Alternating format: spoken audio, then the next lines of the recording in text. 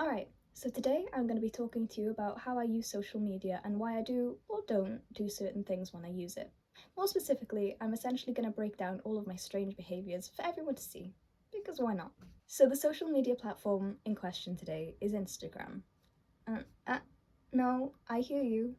I know it's the most basic app, but I don't want to hear it. It's the one I engage with the most, and I actually post things on there, so that's what we're going with.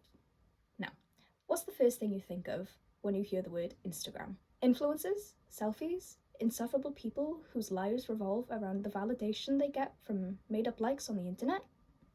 If you thought about any of those things, you wouldn't be alone. But let's be real, unless you're my examiner, you probably aren't paying attention to this. Anyway, Instagram's reputation for primarily hosting and enabling one-dimensional, unrealistic attention seekers is no secret. But I've told you that I engage with this app the most. So am I taking the piss out of that particular demographic? Or am I just way too self-aware about my narcissistic tendencies on Instagram? I'll give you a second to think about that. And if you pick the first option, you're correct.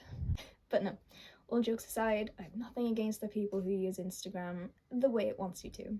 I'm actually here to tell you about how I use Instagram in the non-narcissistic way.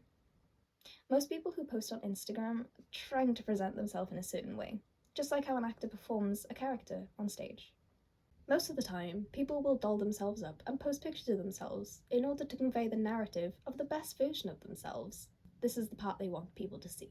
Now, will it shock you that actually I don't post selfies to either of my Instagram accounts? I know, but more on that later.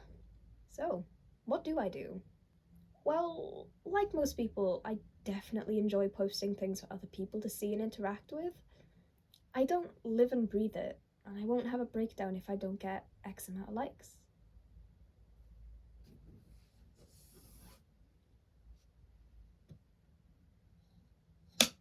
The idea that you have to be perfect online constantly in order to reap the benefits in form of likes and comments is not something I personally subscribe to. Now, not to get too personal with this one, but I don't particularly love the way I look in terms of my face. I think I'm quite average, so I think people only need to see me in person and not plastered all over their newsfeed every few days. I think maybe if I were prettier, I would post selfies just to show off, but if I were prettier, I'd also have an entirely different personality too. To me, posting selfies within the socially accepted norms of Instagram would not be beneficial because A, I don't believe my mug is worth posting by itself. B, I think you only need a profile picture to show what you look like, and that's it. And C, I believe I have more to offer than just my face, and I believe that a profile should give an insight into your personality.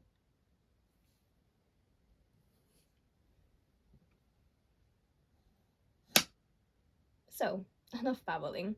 What do I post on Instagram, I hear you ask? Well, let's take a look. As you can see, I'm something of an artist myself. My hobbies include art, photography, travel, and food. This is the type of information I like to discover about someone when I come across their Instagram profile, so I like to do the same for others who visit my profile.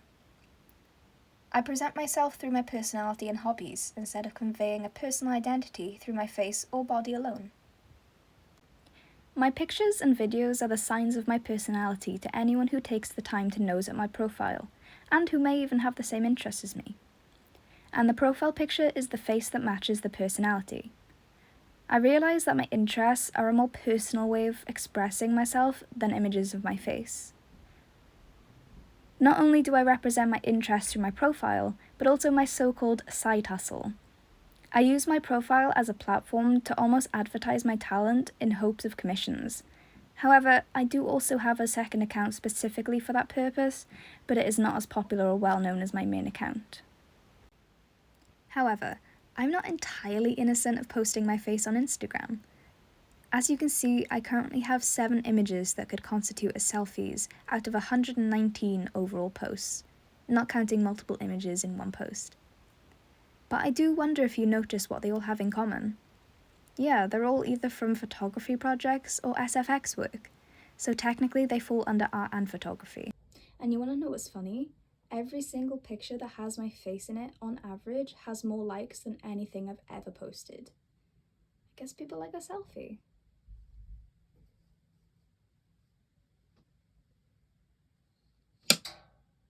Remember when I said that Instagram is my most interactive social media? Well, I suppose that's not entirely false.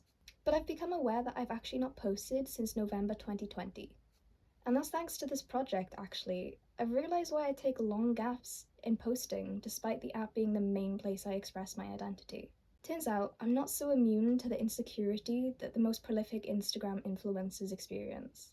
Not the bendy backgrounds type of insecurity, but the expectation to only post your best, most interesting life.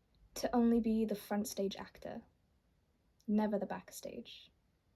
I'm no stranger of taking multiple images to get the perfect shot, and then spending ages editing it to perfection, and then spending even more time debating on whether or not I should even post it.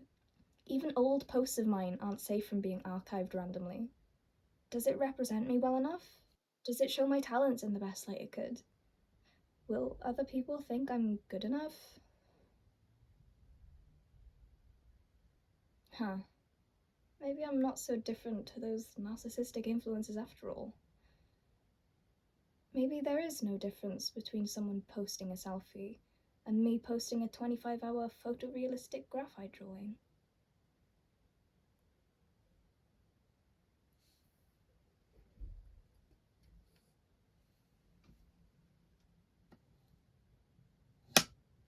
Maybe it's not about what you're posting. Maybe it never has been. Am I really just the same as everyone else? Do I really feel the same pressure to only post my best just as every influencer does?